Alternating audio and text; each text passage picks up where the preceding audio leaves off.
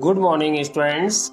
आज हम आपको हिंदी व्याकरण का चैप्टर 2 वर्ण विचार समझाएंगे। वर्ण विचार क्या होता है, यानी फोनोलॉजी, जिसको हम इंग्लिश में कहते हैं। वर्ण विचार, जैसा कि आप टॉपिक के नाम से समझ पा रहे होंगे, वर्ण के बारे में हमें सबसे पहले समझना है। वर्ण आखिर क्या होता है, यानी वह छोटी से छोटी ध्वनि जिसके और टुकड़े नहीं हो सकते वर्ण कहलाती है। जैसे स्टूडेंट्स क, ख, अगर आप का के टुकड़े करना चाहें तो नहीं कर सकते, आप आ के टुकड़े करना चाहें तो नहीं कर सकते। अगर कोई शब्द है जैसे कमल, तो कमल को क प्लस म प्लस ला आप तोड़ सकते हैं उसको, लेकिन खाली का को या खाली आ को या किसी भी वर्ण को आप और टुकड़े, छोटे टुकड़े उसके न हो सके, वही ध्वनि, वही स्टेज वर्ण कहलाती है। ठीक है स्टूडेंट्स। अब आता है अगला टॉपिक है वर्ण के भेद। वर्ण के भेद कितने होते हैं? वर्ण के भेद एज पर सिलेबस 3 होते हैं, स्वर, व्यंजन और अयोगभाव। अब हम एक एक करके इनके बारे में आपको समझाएंगे। स्टूडेंट, स्वर क्या होते हैं? देखिए, स्वर ऐसे वर्ण जिनका उच्चारण करते समय किसी अन्य ध्वनि की सहायता नहीं लेनी पड़ती। क्या है स्टूडेंट्स? यानी उच्चारण करते समय किसी और ध्वनि की और साउंड की सहायता हमें न लेनी पड़े, मदद न लेनी पड़े, और वायु मुख से बिना रुके बाहर आ जाती है, स्वर कहलाती है। ठीक है स्टूडेंट्स, ये चीजें स्वर कहलाती है, यानी इस तरीके से जिसका उच्चारण करते समय किसी अन्य ध्वनि की सहायता न लेनी पड़ती हो, वायु मुख से बिना रुके बाहर आ जाती हो, उन्हें हम स्वर कहते हैं।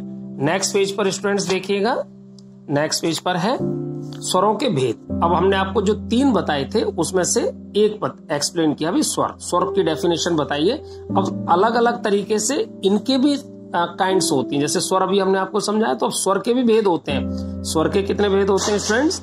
स्वर के 3 भेद होते हैं, ह्रस्व स्वर, दीर्घ स्वर और प्लुत स्वर। ह्रस्व स्वर क्या होते हैं? जिन वर्णों के उच्चारण में कम समय लगता है वे ह्रस्व स्वर कहलाते हैं। और ह्रस्व स्वर की संख्या कितनी होती है स्टूडेंट्स? 4 होती है, अ, ई, उ और राशि ऋषि।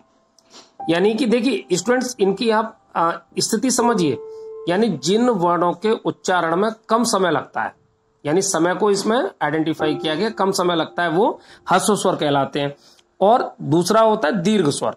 दीर्घ स्वर और ह्रस्व स्वर में आप डिफरेंस देखिएगा। जिन स्वरों का उच्चारण करने में ह्रस्व स्वरों से लगभग 2 गुना समय लगता है, यानी कि ह्रस्व स्वर में मान लीजिए 1 सेकंड लगा, तो दीर्घ स्वर में 2 सेकंड लगेगा, इन्हें हम दीर्घ स्वर कहते हैं। दीर्घ स्वरों की संख्या कितनी है स्टूडेंट्स? कभी कभी पूछ भी लेते हैं कि हाउ मेनी काइंड्स ऑफ दीर्घ स्वर, यानी दीर्घ स्वर में कुल कितने प्रकार होते हैं, कितनी है इनकी संख्या कितनी है? तो अ, ई, उ, ए, ओ, ये 7 होते हैं। अब स्टूडेंट तीसरा आता है दीर्घ के बाद प्लुत स्वर।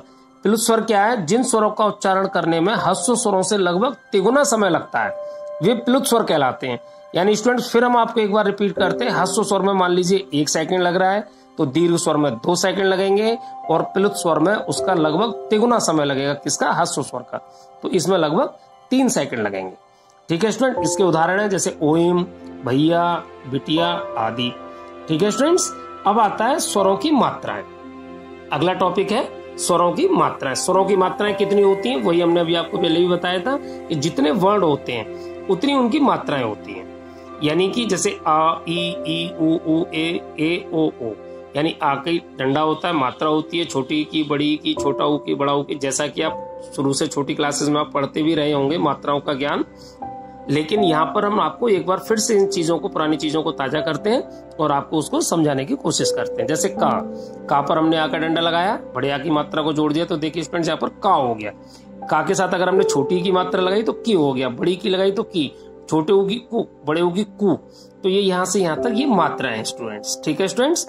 अब आता है अगला टॉपिक है व्यंजन। जैसा कि हमने आपको बताया था कि 3 काइंड्स होती हैं इसके लास्ट पेज पर, स्वर, व्यंजन और अयोगवा। तो इस तरीके से आपका स्वर कंप्लीट हुआ। अगला टॉपिक है व्यंजन, यानी जिन वर्णों का उच्चारण करते समय स्वरों की सहायता ली जाती है। तो स्टूडेंट्स यहाँ पर आप एक चीज बहुत अच्छे से समझ लीजिए, स्वर बिना किसी सहायता के बोले जाते हैं, लेकिन व्यंजनों को बोलने के लिए हमें स्वरों की सहायता लेनी पड़ती है। यही इसकी सबसे बड़ी पहचान होती है व्यंजन की। व्यंजन कभी भी आप अकेले से उसको नहीं बोल सकते, तथा वायु कंठ से निकलकर मुख से बाहर आकर मुख में रुककर बाहर आती है, उन्हें हम व्यंजन कहते हैं। ये एज ए डेफिनेशन है इसकी।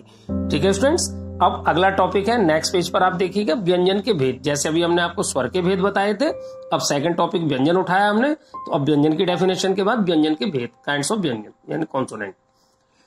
व्यंजन के निम्नलिखित 3 भेद होते हैं स्टूडेंट्स। देखिए यहाँ पर उन्होंने एक ग्राफ के जरिए आपको समझाने के व्यंजन कौन कौन से होते हैं, स्पर्श व्यंजन, अंतस्थ व्यंजन और ऊष्म व्यंजन।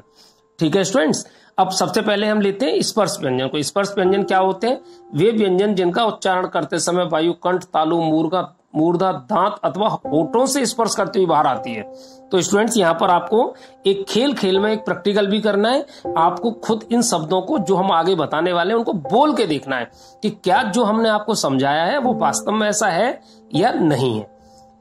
स्पर्श व्यंजन कहलाते हैं। स्पर्श व्यंजन है, अब जैसे एक चीज आप देखिए, इनके उच्चारण करते समय हवा, जब हमारे मुंह से हवा बाहर निकलती है तो कंठ यानी गले से, मूर्धा यानी जबान से, दांतों से तथा होठों से स्पर्श करती हुई बाहर आती है। जैसे क, तो अब आप देख रहे होंगे गले से आवाज हो रही है। ख, ग, आप बोल के प्रैक्टिस करिएगा, आपको खुद भी।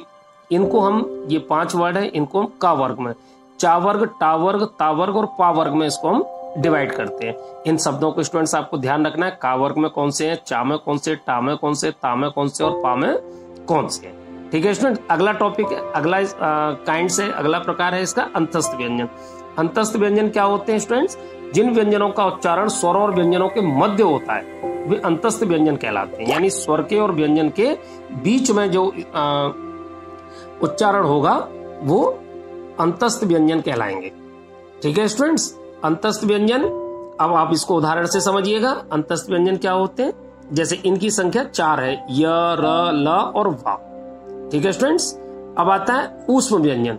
ऊष्म व्यंजन जिन व्यंजनों का उच्चारण करते समय वायु मुख से टकराकर, यानी हमारे मुंह से टकरा, मुख यानी जिससे हम बोलते हैं, जिसके अंदर जबान रहती है, मुख से टकराकर ऊष्म अथवा गर्म हो जाती है, उन्हें ऊष्म व्यंजन कहते हैं। जैसे अब आप देखिएगा, इन शब्दों को बोलने की प्रैक्टिस करिएगा, जैसे श, स, श, हा।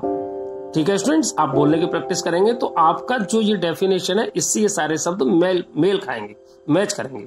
अगला होता है अयोग भाग। अयोग भाग क्या होता है, अयोग भाग का अर्थ है आ के योग से अर्थ बहन करने वाला वर्ण। ये न तो स्वर होते हैं और न ही व्यंजन होते हैं, यानी स्वर और व्यंजन से अलग जो शब्द होते हैं वो अयोग भाग कहलाते हैं। अब उनमें कौन कौन से आते हैं स्टूडेंट, उनमें एक अयोग भाग के भी 2 काइंड्स होती हैं, अनुस्वार और विसर्ग। अनुस्वार क्या होते हैं, अनुस्वार में आपने देखा होगा ऊपर एक बिंदी लगती है, यानी उदाहरण के तौर पर हम देंगे तो आपको जल्दी से क्लियर होगा। जैसे देखिए दंत, दंत के ऊपर ये मात्रा लगी हुई है, कंठ के ऊपर अंक की बिंदी लगी हुई है, उसे बोलते हैं अनुस्वार। अगर बहुत कम से कम शब्दों में अगर हम आपको समझाने की कोशिश करें तो अंग की बिंदी लगने वाले शब्द, जो अंक की बिंदी लगती है ऊपर, उसे हम अनुस्वार कहते हैं।